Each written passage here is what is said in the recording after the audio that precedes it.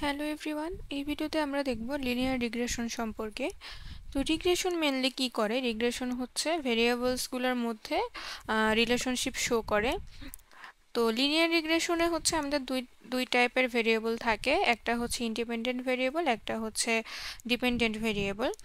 তো এই ইন্ডিপেন্ডেন্ট আর ডিপেন্ডেন্ট ভেরিয়েবলের মধ্যে রিলেশনশিপ শো করে এবং এই যে রিলেশনশিপটা আছে এটার উপরে বেস করে প্রেডিকশনটা করে। এটা হচ্ছে লিনিয়ার রিগ্রেশনের কাজ।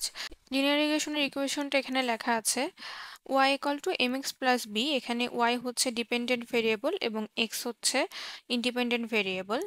তো এখানে একটা এক্সাম্পল লেখা আছে, দেখেন, predict the marks of the student depend on study hour.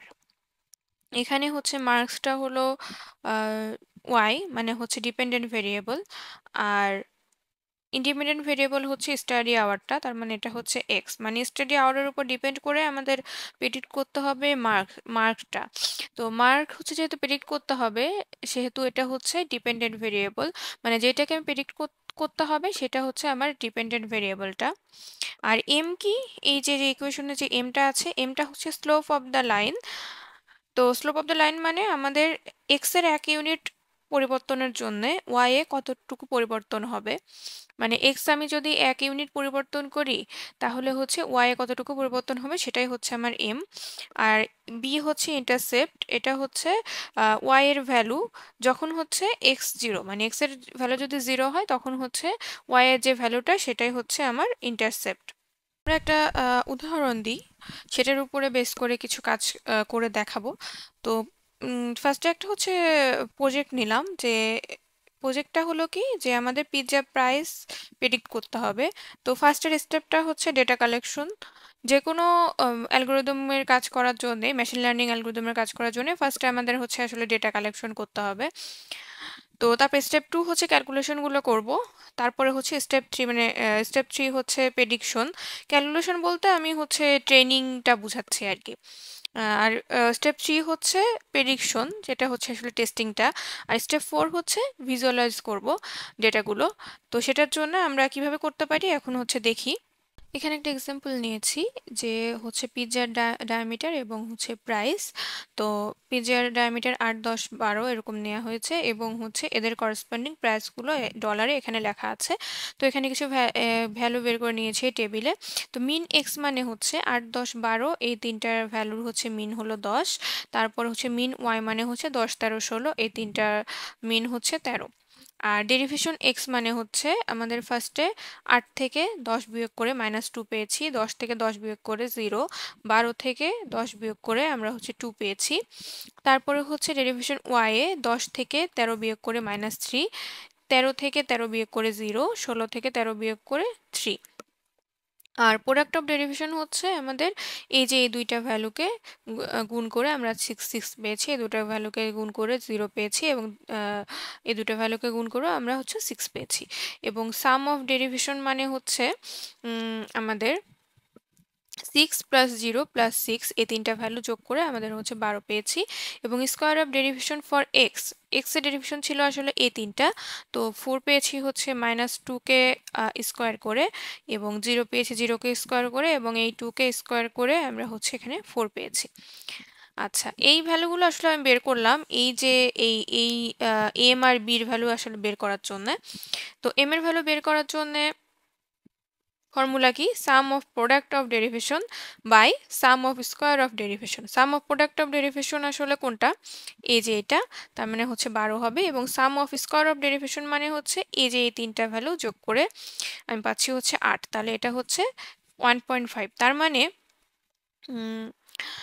M M মানে আমরা কি জানতাম আসলে, এক্স এর ভ্যালুতে 1 ইউনিট চেঞ্জ হলে আমাদের ওয়াই এর ভ্যালুতে কত চেঞ্জ হবে। তার মানে এক্স এর ভ্যালুতে 1 ইউনিট চেঞ্জ হলে আমাদের ওয়াই এর ভ্যালুতে চেঞ্জ হবে হচ্ছে 1.5 ইউনিট। আর বি হচ্ছে আমাদের কি ছিল? ইন্টারসেপ্ট। তো এটা বের করার জন্য হচ্ছে mean of Y minus M into mean of X. তাহলে মিন অফ ওয়াই ছিল কত? এই যে এটা 13, আর মাইনাস 1.5 হচ্ছে ছিল এম, এই যে এখানে বের করলাম এম, আর হলো মিন অফ এক্স, এটা ছিল 10, 10, তাহলে এটা হচ্ছে -2। আচ্ছা, -2 আসলে তার মানে কি, পিৎজার ডায়ামিটার 0 হলে আমাদের প্রাইস হচ্ছে প্রাইস হলো -$2, সেটা বলছে। আসলে এটা নর্মালি 0 ডলারই হওয়ার কথা, কিন্তু এখানে আসলে -2 আসছে। যাই হোক, এখন আমরা হচ্ছে এটাকে প্লট করব, এই ভ্যালুগুলোকে প্লট করে দেখব। এখানে দেখেন হচ্ছে আমরা এটা প্লট করেছি এখানে। তো এখানে হচ্ছে এই যে আমাদের টেবিলে যেটা ছিল 8-এর এক্স হচ্ছে 8 এবং ওয়াই 10, সেটা বসিয়েছে এখানে ফার্স্টে, এটা এখানে বসিয়েছি। তারপরে হচ্ছে x10 y13 এটা বসিয়েছি, এবং হচ্ছে এই 12 আর 16 এটা বসালাম, বসিয়ে এবং হচ্ছে 0 জন্য যে ভ্যালুটা পেয়েছিলাম এখানে -2, সেটা বসিয়ে আমরা হচ্ছে আসলে প্লট করেছি এবং এই বরাবর একটা লাইন টেনে দিয়েছি। তো এই কেসটা হচ্ছে ভালো কেস, এই জন্য হচ্ছে আমাদের সব স্ট্রেট লাইনে বসেছে সবগুলো, কি বলবো, সবগুলো ডেটা। তো আমাদের এরকমও হতে পারে যে আশেপাশে থাকতে, মানে স্ট্রেট লাইনে সবগুলো নাও থাকতে পারে, দু একটা আউটলায়ার্স থাকতে পারে, ধরেন এখানে একটা থাকলো, এখানে থাকলো, তো এরকম থাকতে পারে। তো আমরা হচ্ছে একটা যে প্রেডিক্ট করি যে x = 20 ইঞ্চ, এটা দিলাম, এটা হচ্ছে ডায়ামিটার, এবং এটার হচ্ছে প্রাইসটা প্রেডিক্ট করতে হবে। তো প্রাইস হচ্ছে কি আসলে y। তো আমরা ইকুয়েশনটা জানি হচ্ছে y = mx + b। তো m এর ভ্যালু আমরা হচ্ছে এই যে এখানে বের করেছি 1.5 ইন্টু x হচ্ছে 20 প্লাস b হচ্ছে আমরা জানি হচ্ছে -2, তাহলে 30 -2 $28। এখন আমরা ধরেন প্রেডিক্ট করলাম $28, কিন্তু অ্যাকচুয়াল যেই প্রাইসটা ওটা হচ্ছে ধরেন $30। তাহলে এই যে 2, এটা হচ্ছে আমাদের ইরর, মানে এই 30 এবং 28-এর মাঝখানে যে গ্যাপটা, এটা হচ্ছে আমাদের ইররটা। তো ইরর মিনিমাইজ করার চেষ্টা করতে হবে আসলে। আচ্ছা, আমরা এগুলো সামনে যখন মডেল ট্রেন করব তখন হচ্ছে দেখব।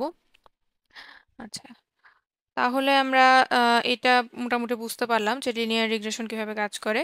ক্লাসিফিকেশন অ্যালগরিদমগুলো আসলে ইউজ করা হয় ক্লাস প্রেডিক্ট করার জন্য, আর রিগ্রেশন অ্যালগরিদম যেগুলো আছে সেইগুলো হচ্ছে ইউজ করা হয় ভ্যালুস প্রেডিক্ট করার জন্য। এখানে আমরা আসলে কি প্রেডিক্ট করলাম, ভ্যালু না একটা, আমরা কোনো কিন্তু ক্লাস ইয়েস নো কিংবা মেল ফিমেল এই টাইপের কোনো ক্লাস কিন্তু প্রেডিক্ট করিনি, আমরা প্রেডিক্ট করেছি একটা ভ্যালু। আশা করি বোঝা গেছে লিনিয়ার রিগ্রেশনটা। তো থ্যাঙ্কস ফর ওয়াচিং।